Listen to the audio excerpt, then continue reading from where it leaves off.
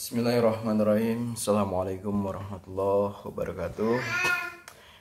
Yang saya sayangi adik-adik sekalian di rumah, yaitu siswa-siswi kelas 8, baik 8A, B, C maupun D dan juga 8E. Baiklah, untuk pertemuan kita kali ini saya akan kembali membahas mengenai materi kita di bab 2, yaitu tentang mukjizat, karomah, maunah, dan irhas ya. Untuk adik-adik sekalian silakan dibuka LKS kalian untuk halaman 16 ya.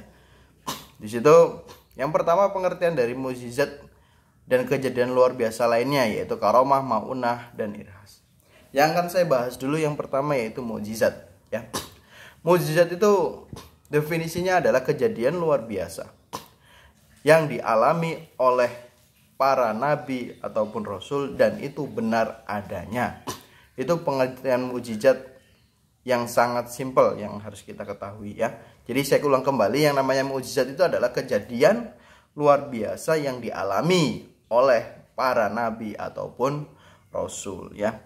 Jadi yang membedakan antara mukjizat, karomah, maunah, dan irhas itu adalah kepada siapa kejadian luar biasa itu terjadi ya. Kalau mukjizat yaitu kejadian luar biasa yang dialami oleh nabi ataupun rasul, itu namanya mukjizat. Kemudian di halaman 17 dilihat, di situ ada 3 definisi dari mukjizat, atau mukjizat itu bisa didefinisikan menjadi 3 macam. Yang pertama adalah sesuatu yang luar biasa ya. Mukjizat itu luar biasa, sangat-sangat luar biasa, dan seringkali itu di luar nalar manusia lah, bertentangan dengan akal manusia. Itulah yang disebut dengan mukjizat. Contohnya banyak, yang tongkat berubah menjadi ular ya, atau orang mati yang bisa dihidupkan kembali oleh nabi dan rasul tentunya, dan bulan yang bisa dibelah menjadi 2. Itu kan kejadian luar biasa yang kira-kira menurut kita itu di luar nalar manusia. Yang kedua, terjadi akibat tantangan. Maksudnya terjadi akibat tantangan itu seperti apa? Terjadi akibat tantangan itu seperti halnya seorang nabi dan rasul ya. Beliau itu dimohon pembuktiannya oleh para umatnya bahwasannya beliau itu seorang nabi dan rasul. Nah, itu. Jadi ada tantangan, kenapa engkau dianggap sebagai nabi? Kenapa engkau itu merasa engkau sebagai nabi atau rasul? Nah, disitulah terjadi mukjizat-mukjizat tersebut ya. Contohnya Nabi Musa itu merubah tongkatnya menjadi ular. Dan yang ketiga, tidak dapat dipertentangkan. Nah, mukjizat itu, kejadian luar biasa tersebut itu tidak bisa kita pertentangkan. Kita tidak boleh mengatakan nah itu tidak mungkin. Karena apa? Semua itu terjadi ya, benar-benar terjadi dan dijelaskan di dalam Al-Qur'an dan ataupun hadis ya. Itu sedikit tentang mukjizat. Selanjutnya masih di halaman 17, mukjizat itu terbagi menjadi 2 macam. Ada mukjizat hisyah atau hisyah.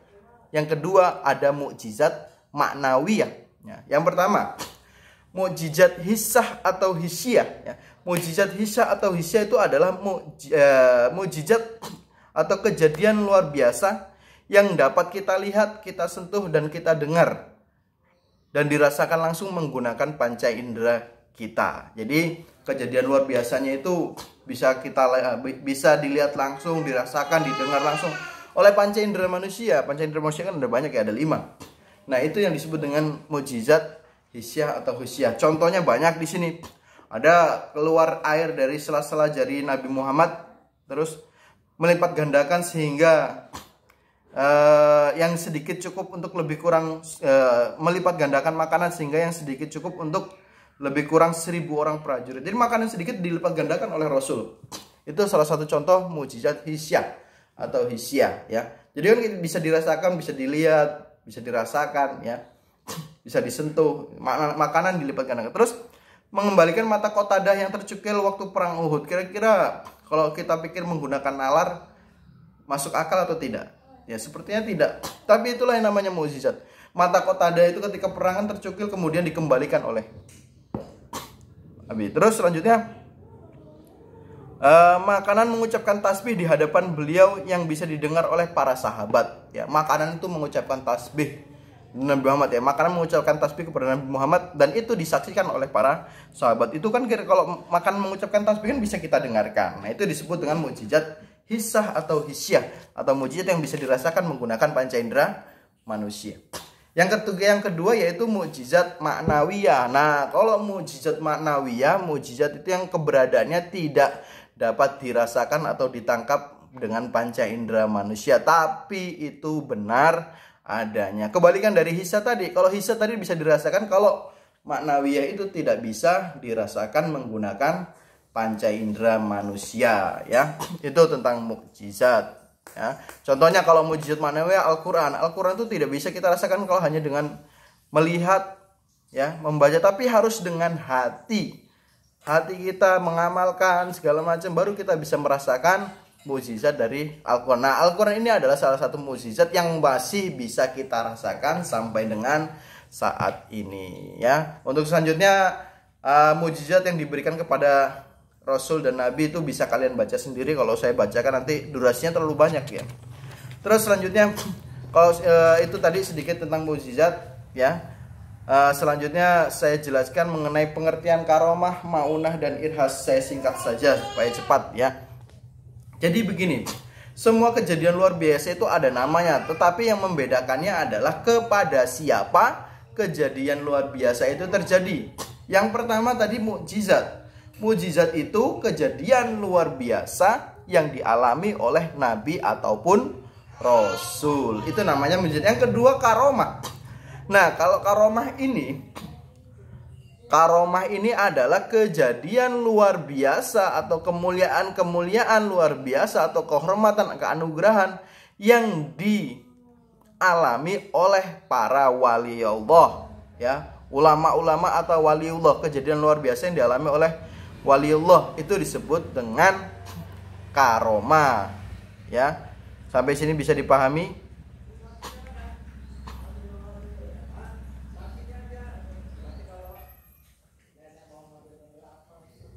Jadi itu tadi tentang karomah. Karomah itu adalah kejadian luar biasa yang dialami oleh waliullah, orang-orang alim, ya, orang-orang sufi, ulama-ulama besar. Nah, kalau beliau itu mengalami kejadian luar biasa, itu tidak bisa dikatakan mukjizat, tapi itu namanya adalah karomah, ya. Selanjutnya yang kedua maunah.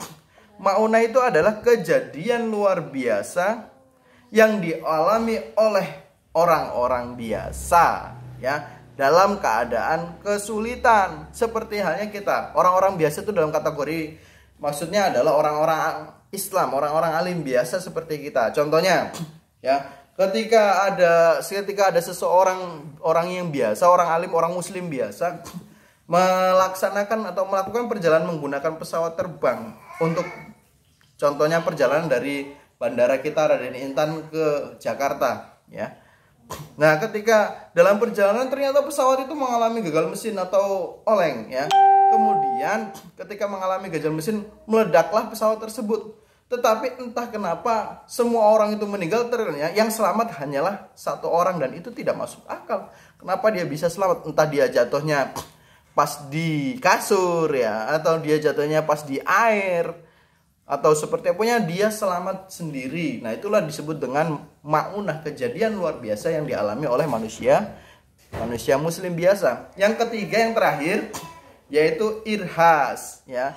Irhas itu adalah kejadian luar biasa yang dialami oleh calon nabi ataupun rasul, ya, hampir sama dengan mukjizat. Tapi kalau mukjizat itu kan sudah menjadi nabi atau rasul. Akan tetapi kalau irhas itu kejadian luar biasa yang dialami oleh calon nabi ataupun rasul. Contohnya ketika Nabi Muhammad sebelum menjadi nabi, beliau diutus dalam sebuah perjalanan dagang menuju Syam, terdapat awan yang selalu menaungi perjalanannya sampai menahan panas kala itu. Jadi Nabi Muhammad waktu itu belum menjadi nabi atau rasul. Tapi ketika dalam perjalanan ke Syam, ya, Nabi Muhammad itu selalu dilindungi oleh awan dan kemuka sehingga tidak pernah merasakan panas. Yang kedua, Nabi Muhammad ketika kecil dibelah dadanya oleh malaikat, ya. Dibelah dadanya untuk membersihkan hati seorang Nabi Muhammad. Dan yang ketiga, contoh ketika Nabi Isa masih kecil, ya. Nabi Isa itu dilahirkan oleh Ibu Maryam, ya. Ibunya seorang Ibu Maryam itu adalah perempuan yang melahirkan seorang Nabi Isa tanpa adanya seorang ayah, ya. Kemudian ketika lahir, karena menjadi fitnah, Nabi Isa lahir waktu itu masih kecil, bayi. Ketika lahir langsung berbicara bahwasanya dia itu bukan hasil dari perbuatan yang jahat, maaf yang ngomong, perbuatan zina atau segala macam. Memang dia lahir tanpa adanya seorang bapak. Itu contoh dari irhas, ya. Jadi itu tadi penjelasan tentang kejadian-kejadian luar biasa. Ada 4 macam, saya ulangi ya. Yang pertama mukjizat, yang kedua karomah, yang ketiga maunah, dan yang keempat irhas. Mukjizat itu kejadian luar biasa yang dialami oleh nabi ataupun rasul. Kalau karomah, kejadian luar biasa yang dialami oleh waliullah. Kalau maunah, kejadian luar biasa yang dialami oleh manusia biasa. Dan yang terakhir irhas, kejadian luar biasa yang dialami calon nabi ataupun rasul. Berikut contoh-contohnya, itu ada di halaman 23. Nah, sekian mungkin pembelajaran kita hari ini. Jadi tolong kalian sambil baca-baca kembali LKS-nya ya. Saya hanya sedikit menjelaskan. Mungkin kalau mau saya jelaskan banyak. Kalau biasa kita tatap muka di sekolah itu kan 1 jam. Nah, kalau kita mau 1 jam seperti ini, saya yakin kuota saya ya, kuota bapak itu habis ya. Nah, begitu juga dengan kuota kalian mungkin ya. Bahkan memori juga bisa habis. Ya, mungkin itu sedikit penjelasan sedikit tentang bab 2. Setelah saya jelaskan ini berarti saya kira cukup untuk materi bab 2. Mungkin nanti pertemuan ke depan kita lanjut untuk materi kita di bab 3 ya. Sekian pertemuan hari ini. Semoga kita selalu dilindungi oleh Allah dan selalu diberi nikmat sehat ya. Dijauhkan dari penyakit-penyakit yang sedang mewabah di saat ini ya. Sekian dari saya, kurang dan lebih mohon maaf. Pada Allah saya mohon ampun. Saya Iris. Assalamualaikum warahmatullahi wabarakatuh.